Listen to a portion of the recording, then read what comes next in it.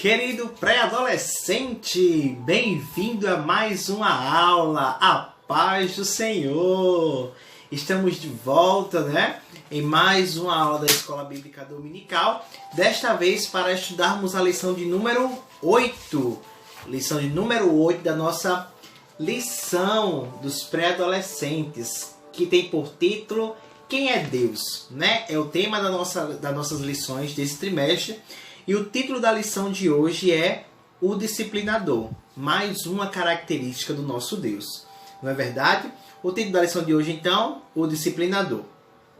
E a Bíblia diz de hoje, que é o nosso versículo base, este é escrito no livro de Hebreus, capítulo 12, versículo 11. Abra aí sua Bíblia, Hebreus, capítulo 12, versículo 11, que diz assim: Quando somos corrigidos, isso no momento nos parece motivo de tristeza e não de alegria. Porém, mais tarde.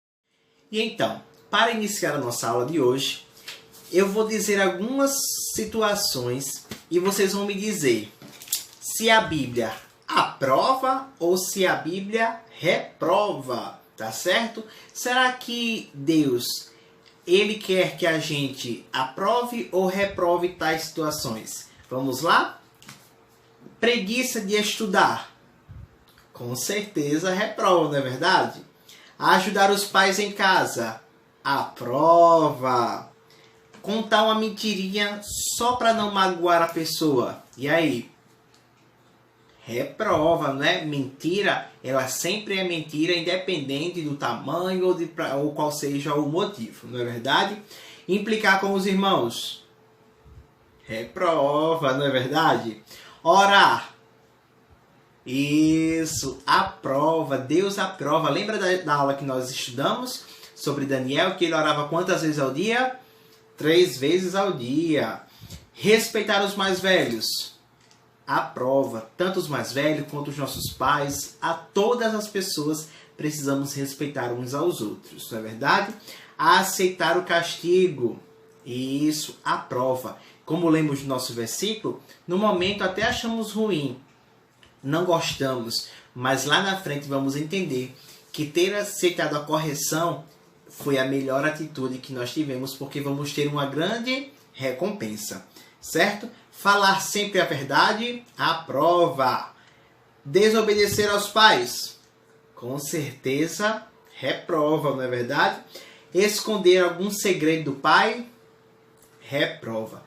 Precisamos compartilhar tudo com os nossos pais, tá certo? Nossas situações que estamos tristes, alegres, quando estamos preocupados ou que aconteceu algo, não podemos esconder dos nossos pais, ok? Vamos lá.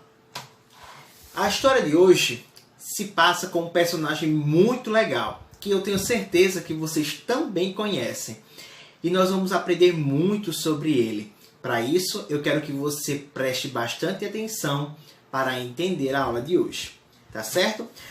O personagem que nós vamos estudar hoje, quase que eu não falo, olha, que vamos estudar hoje é sobre Davi. Isso mesmo. Quem aí conhece a história de Davi?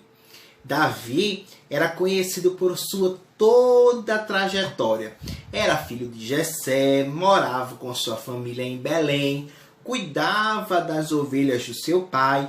E lá no 1 Samuel, capítulo 16, vamos ver que o próprio Deus ordenou que o profeta Samuel fosse até a casa de Jessé, o pai de Davi, e ungisse a ele como novo rei de Israel. Nesta época, Saul ainda reinava, porém, Deus não estava mais se agradando por causa das suas atitudes pecaminosas, suas má conduta, tá certo?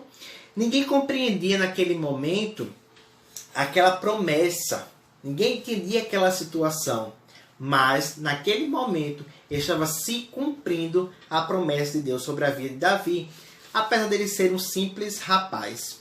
Davi teve a sua história marcada por uma grande batalha entre ele e o gigante Golias. Quem aí lembra dessa história, não é? Sobre o gigante Golias. E Golias estava lá afrontando o povo de Deus, o povo de Israel, dizendo que os israelitas seriam os escravos dos filisteus, e por aí vai. E quando Davi chegou no campo de batalhas, porque o pai dele pediu para que ele pudesse deixar os mantimentos para os seus irmãos que estavam lá, Davi ouviu aquilo e disse: eita, não, ninguém vai afrontar o povo de Israel, ninguém vai enfrentar o meu Deus, eu vou enfrentar esse gigante. E aí Davi pediu autorização ao rei, e ele entrou no campo de batalhas usando apenas o quê? A sua funda e quantas pedrinhas? 5 pedrinhas. Diferente de Golias, que era um gigante respeitado pelas suas armaduras, pelo seu histórico de vencer as guerras, de vencer esses combates, mas ele era diferente de Davi. Ele poderia ter tudo isso, mas Davi tinha algo em especial. Apesar de pequenininho, ele tinha um Deus grande em seu favor. Ele disse: olha, eu não vou guerrear com você com paus, com pedras, eu não vou guerrear com você com armaduras, com espada, não. Eu vou a ti em nome do Senhor dos Exércitos. E Davi pegou a sua funda, girou e puf, o gigante morreu, não é? Ele inspirava medo, Golias, para todas as pessoas, mas Davi tinha a coragem, a ousadia do Espírito Santo em sua vida. E não se intimidou não. Foi lá e a Bíblia, como eu acabei de falar, a Bíblia deu a ele, a Davi, a vitória. E após essa vitória, Davi passou a compor oficialmente o exército rei. Casou-se com a sua filha Mical, se tornou muito famoso, não é? E com o tempo também surgiu a amizade entre Davi e Jonatas. Jonatas era o filho de Saul e eles foram grandes amigos, assim como a Bíblia conta. E após a morte de Saul, Davi foi coroado o rei de Judá, certo? Mas só após 7 anos que ele tinha sido coroado, que ele foi de fato aceito ser o rei de Israel. Davi, crianças, pré-adolescentes, teve um reinado muito promissor. Ele conseguiu vencer muitas guerras, conquistou muitos territórios. E certo dia, Davi não foi para a guerra. Ele não saiu nessa guerra. E quando ele estava em casa, ele avistou uma mulher muito especial. Se interessou por ela, soube que ela era casada e ainda assim ordenou que trouxessem ao palácio. Batseba era o nome dessa jovem, desta mulher, tá certo? Eles se envolveram e depois Davi soube que Batseba estava grávida. Eita, que grande problema, não é verdade? E Davi agora vai tentar fazer algo para esconder essa história. Urias, que era o marido de Batseba, ele guerreava no exército de Davi. E então, ele mandou que Urias voltasse da guerra, certo? E fosse para casa descansar. Só que Urias não foi. Ele achava que seria desleal com os seus companheiros que estavam na guerra. E assim, muito tempo depois, quando Davi soube que ele não tinha ido para a guerra, ele mandou chamar o chefe do exército e mandou que preparasse uma emboscada para que Urias morresse. E assim foi feito. Urias morreu. E quando Urias morreu, Davi chamou a Batseba, casou-se com ela e tiveram o filho. Tá certo? E um tempo depois, quando a criança já havia nascido, Deus enviou uma mensagem pessoal para Davi por meio do profeta Natã. E o profeta se apresentou ao rei, contando a ele essa seguinte história. Havia 2 homens que moravam na mesma cidade. Um deles era rico e possuía muitas ovelhas, gados, e o outro era pobre e possuía apenas uma ovelha que havia comprado. Ele cuidou dela com todo o carinho e atenção, e ela cresceu em sua casa junto com seus filhos como se fosse um deles. E certo dia, um visitante chegou na casa do homem rico. Então aquele homem, apesar de possuir grandes rebanhos, grandes gados, em vez de matar uma cria do seu rebanho, preferiu aposar de uma única ovelha que o homem pobre tinha. E então ele matou a ovelha e serviu como refeição. E depois de ouvir aquela história, Davi ficou muito indignado com a injustiça cometida pelo homem rico e gritou seu veredito: este homem é digno de morte. Olha só. E o profeta, com a autoridade de Deus, disse: Davi, este homem é você. Davi se assustou, mas imediatamente a Bíblia nos diz, em 2 Samuel, que ele se quebrantou, confessou o seu pecado. O arrependimento de Davi foi sincero e Deus sabia muito bem disso. Por isso o Senhor lhe perdoou, mas não isentou a Davi de nenhuma de suas consequências. Davi pecou, mas ainda assim era considerado por Deus um homem segundo o seu coração. Davi não negou o seu pecado e por isso foi alvo, foi abençoado com a graça do Senhor.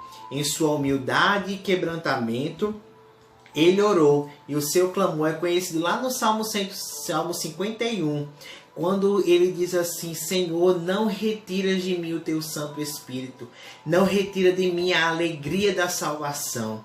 Davi, ele pecou ao Senhor, mas ele se arrependeu dos seus pecados. Assim deve ser nós. Nós somos pecadores, nós erramos e nós precisamos, todas as vezes que a gente erra, se arrepender dos nossos pecados e deixá-los de lado, para que possamos alcançar a misericórdia e a bondade do Senhor, assim como Davi conheceu a Deus. Deus disciplinou a Davi por causa do seu amor.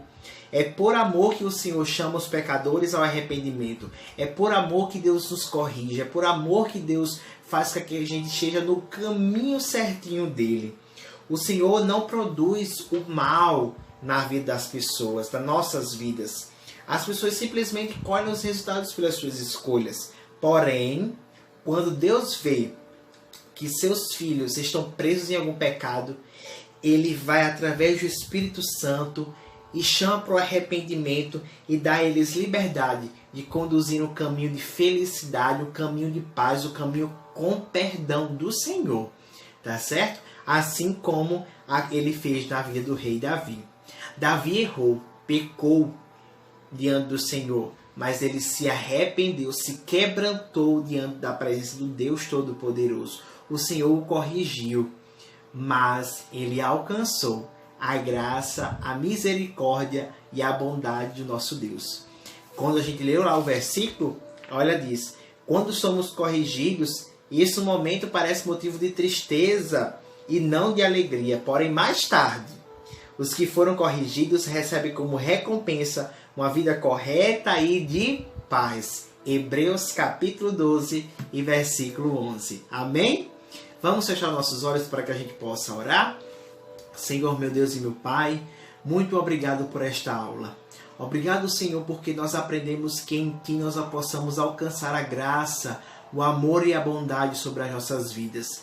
Desde já, meu Deus, perdoa os nossos pecados, as nossas falhas, as nossas fraquezas, e que possamos ser alcançados por esta Tua misericórdia. Fica conosco para sempre, Jesus. Não solta nossa mão, não, Jesus. Fica conosco para todo sempre. Pedimos a Ti, ó Deus, a Tua bênção especial sobre as nossas vidas e sobre as nossas famílias. Fica conosco para sempre. Amém. Então, meus queridos, até a próxima aula, se Deus quiser. Tchau, tchau.